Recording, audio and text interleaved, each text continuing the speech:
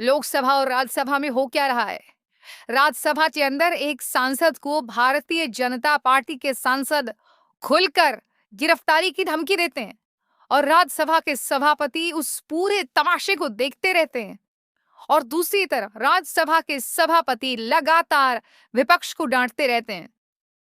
कांग्रेस के जो बड़े नेता हैं, राज्यसभा सांसद मल्लिकार्जुन खड़गे, जो कि कांग्रेस के अध्यक्ष भी हैं, नेता विपक्ष भी हैं, उन्हें भी लगातार डांटते रहते हैं। मगर देखिए आम आदमी पार्टी सांसद संजय सिंह को किस तरह से भाजपा के सांसदों ने धमकाया, गिरफ्तारी की धमकी दी। मगर मजाल है कि राज्यसभा के सभापति ने कुछ कहा हो। वो दखल जरूर दे रहे हैं, मगर ये मैं आप पर छोड़ता हूं कि क्या उन्होंने इस कड़ाई से भाजपा के सांसदों पर कोई एक्शन लिया। देखिए क्या हो रहा था। इस सदन की कार्रवाई के बारे में सत्ता पक्ष के लोग, विपक्ष के लोग ट्वीट करते हैं। अब देख लीजिए सर, आपने अलाउ किया है। वो बोल रहे थे, मैं चुपचाप सुना सर। ट्वीट करते हैं। प्लीज, हमारे एक साथी ने यहां पर ओबीसी आरक्षण जनसंख्या के आधार पर दिया जाए, ये बहस जी आपको बोल रहा हूं सर। वो बहस में हिस्सा ले रहे थे नीरज डांगी जी, सब लोगों ने रोका सर। एक मिनट सर, हाउस क्यों एडजर्न हुआ सर? एक मिनट सर, सर मुझे आपने 2 मिनट का टाइम दिया है, प्लीज 2 मिनट का सर टाइम दिया है, मुझे अपनी बात कर लेने दीजिए। इन लोगों ने रोका, हाउस एडजर्न हुआ सर। अगर रोका नहीं तो हाउस एडजर्न क्यों हुआ? आपने रोका, मैंने उसको ट्वीट कर दिया। मंत्री जी नाराज हो रहे हैं, इतने लोग इनके पीछे खड़े होके हमको धमका रहे हैं। हम धमकियों से डरने वाले लोग नहीं हैं। आप जेल भेजने की धमकी दे रहे हैं आपके सामने सर, उधर से कह रहे हैं इनको जेल में भेजा जाएगा। अरे भेजो जेल में भेजना चाहते हो भेजो। ये वाजपेयी जी हमारे राज्य से आते, कहते इनको जेल में भेजा जाएगा। अरे भेजो जेल में। जेल से कौन डरता है? किसको डरा रहे हो आप जेल से भाई? आप भेजिए जेल में सर। यही सदन से जेल भेज दीजिए सर, सदन से जेल भेज दीजिए। जेल से डराइए मत, मैं सिर्फ ये कह रहा हूं, सदन से जेल भेज दीजिए। आप सरकार में, सत्ता में, आप जेल भेजना चाहते हैं।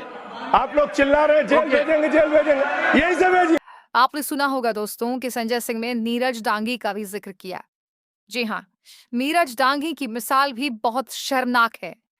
नीरज डांगी बात कर रहे थे आरक्षण की, मगर भारतीय जनता पार्टी के सांसद बार बार दखल दे रहे थे।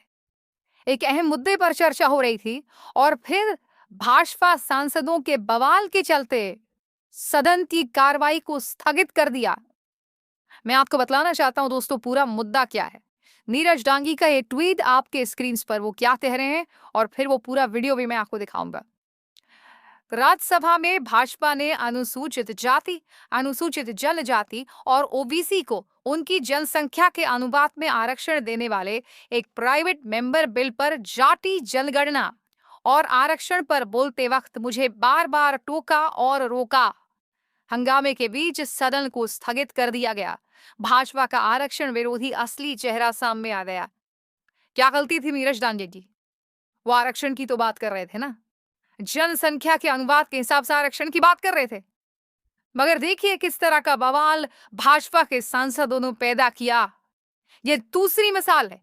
पहली मिसाल संजय सिंह को गिरफ्तारी की धमकी देना और फिर इस तरह से नीरज डांगी के भाषण के दौरान बवाल पैदा करना। देखिए क्या हुआ।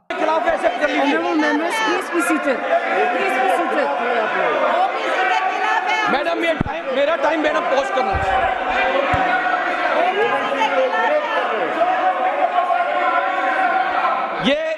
ये सदन में ओबीसी के खिलाफ है। ये सामने आ गया है। मैं कंटिन्यू करना चाहूंगा मैम। 50% की सीमा को खत्म करने की आवश्यकता क्यों है? आरक्षण शुरू में पिछड़ी जातियों के उत्थान के लिए था और समय के साथ में जातियों को लाभ प्रदान करने के लिए आरक्षण की सीमा बढ़ाना चाहते हैं। तमिलनाडु में पहले से ही 69% आरक्षण है और इसे भी सुप्रीम कोर्ट में चुनौती दी गई। कांग्रेस कांग्रेस सदैव ही संसद में ये मांग करती रही है कि जाति आधारित जनगणना कराई जानी चाहिए, क्योंकि 30 राज्यों और केंद्र शासित प्रदेशों में पिछड़े वर्गों के लिए 50% कोटा सीमा पहले ही पार कर चुकी है। भाजपा को ओबीसी समुदाय का समर्थन प्राप्त है, लेकिन सदन में वो उनके खिलाफ बोल रहे हैं। इन्हें सदन में ओबीसी के खिलाफ बोलना है, इन्हें बोलना है। इसलिए मोदी सरकार ने सामान्य वर्ग को आरक्षण देने की सिफारिश की। भाजपा तो सत्ता में है, मगर भाजपा का बर्ताव विपक्ष से भी बदतर होता जा रहा है। और सबसे शॉकिंग, लोकसभा स्पीकर कुछ नहीं करते हैं, राज्यसभा के सभापति मुस्कुराते रहते हैं और उसके अलावा कुछ नहीं। हाँ, लोकसभा अध्यक्ष भाजपा के सांसद को तभी डांटते हैं जब उसकी कोई बहुत बड़ी हैसियत ना हो। उन्होंने भाजपा सांसद को डांटा था, किस तरह से डांटा था आप खुद देखिए। हाथ जेब में से बाहर। एक तो माननीय सदस्य गणों में आपसे आग्रह करता हूं कि हाथ जेब में डालकर सदन में नहीं आया करें, ठीक है ना। दूसरा आग्रह करना चाहता हूं, जब कोई माननीय सदस्य बोलता है, आप जो माननीय सदस्य, प्लीज, क्यों बोल रहे हो आप मंत्री जी बीच में? क्या पूछना चाहते हो बताओ, क्या पूछना चाहते हो आप? क्या हाथ में जेब में डालने के अलाउ करोगे आप? नहीं, आपसे नहीं पूछा मैंने। दूसरा, जब कोई माननीय सदस्य बोल रहा हो तो कोई भी माननीय सदस्य उस माननीय सदस्य को क्रॉस करके सामने नहीं बैठे, पीछे की जाके बैठ जाए। जरूरत नहीं आप उनके सामने permission of the speaker. Another question is, we have Bangalore, we have Bangalore city and Bangalore rural area surrounding. We have 1,65,000 CGHS beneficiaries for the same size of beneficiaries. Time हो रहा है माननीय सदस्य। We have 17 CGHS dispensary in Hyderabad as well as in Chennai. But in Bangalore we have only 10. No. माननीय सदस्य, प्रश्नकाल में आप नए सदस्य हो, बहुत वरिष्ठ हो और आप बहुत वरिष्ठ डॉक्टर भी हो, फेमस डॉक्टर हो दुनिया के, लेकिन प्रश्नकाल में संक्षिप्त में प्रश्न पूछा जाता। बार बार ये बात सामने उभर कर आ रही है कि राज्यसभा के सभापति और लोकसभा के स्पीकर, ये आरोप उन पर लग रहा है कि वो पक्षपात कर रहे हैं। Jairam Ramesh, you have some problem. You have a problem which is incorrigible. नहीं, आप किसान के बारे में क्या जानेंगे? नहीं, आपको किसान का क्या नहीं पता है। मगर बड़ा प्रश्न, जब भाजपाई सांसद जिस तरह से एक किस्म की दबंगई कर रहे हैं, एक किस्म की ज्यादती कर रहे हैं, ये सब होते दिया जाएगा, ये सब लगातार होता जाएगा और उस पर कोई एक्शन नहीं होगा? ये सवाल तो उठना चाहिए ना। और इस सवाल से हम कैसे बच सकते हैं? और सबसे शॉकिंग, प्रधानमंत्री कहते हैं कि प्रधानमंत्री का गला घोंटा जा रहा है। प्रधानमंत्री, आप देख रहे हैं लोकसभा और राज्यसभा में क्या नजारा हो रहा है। जब टीएमसी सांसद अभिषेक बैनर्जी नोटबंदी का मुद्दा उठाते हैं तो लोकसभा अध्यक्ष उन्हें ताना देते हैं कि 2016 के बाद 2019 भी आ गया। यानी कि कहीं ना कहीं वो इस बात का इशारा कर रहे हैं कि भाई 2016 की नोटबंदी के बावजूद 2019 में भाजपा जीत गई। क्या ये लोकसभा के अध्यक्ष? और फिर अभिषेक बैनर्जी उन्हें आईना दिखाते हैं कि आपको नोटबंदी पर चर्चा करने को लेकर आपत्ति है, मगर इसी सदन में आपातकाल को लेकर चर्चा हुई थी जो 50 साल पहले हुई थी, उसका क्या? देखिए चेहरे के भाव लोकसभा अध्यक्ष के। To combat terrorism. However, the move resulted in a severe cash crunch and significant economic destruction. Despite promises to eliminate black money, over 99% of the invalidated currency returned to the banking system, indicating the sheer failure of this initiative. So shockingly, counterfeit notes increased by 10.7% in 22, with fake 500 rupees note rising to 101.93% and 2000 rupees note by 54%.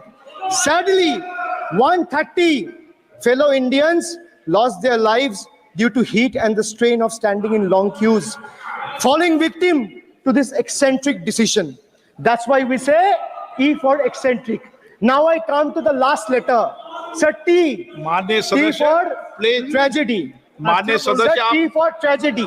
माननीय सदस्य आप वर्तमान budget पे बोले 2016 के बाद तो 2019 sir मैं जवाहरलाल नेहरू का बात वो लोग बोलेगा बस सर जवाहरलाल नेहरू का बात वो लोग बोलेगा कोई 60 साल पहले कोई 60 साल पहले जवाहरलाल नेहरू का बात करेगा, दूसरे नेताओं का बात करेगा, तब आप कुछ नहीं बोलेंगे। सब बोलते मैं हैं। 5 साल पहले का डिमोनेटाइजेशन का बात सब बोलते करूंगा तो आप कहेंगे भाई वर्तमान इशू पे बोलिए।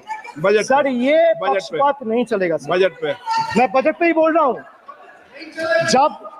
जब बिप्लब देव बोल रहा था तब 100 साल पुराना बात कर रहा था, 50 साल पुराने इमरजेंसी का बात कर रहा था, तब आप चुप थे। बोले। और अब मैं डिमोनेटाइजेशन का माननीय बात कर सदस्य, रहा हूँ, आपको प्लीज। चुप रहे। वाह सर, वाह। आप बोलिए अपनी बात पे D for tragedy, and this is the tragedy. The example you all set in the house. This is why I say T for tragedy. और बात वहां नहीं उगती है।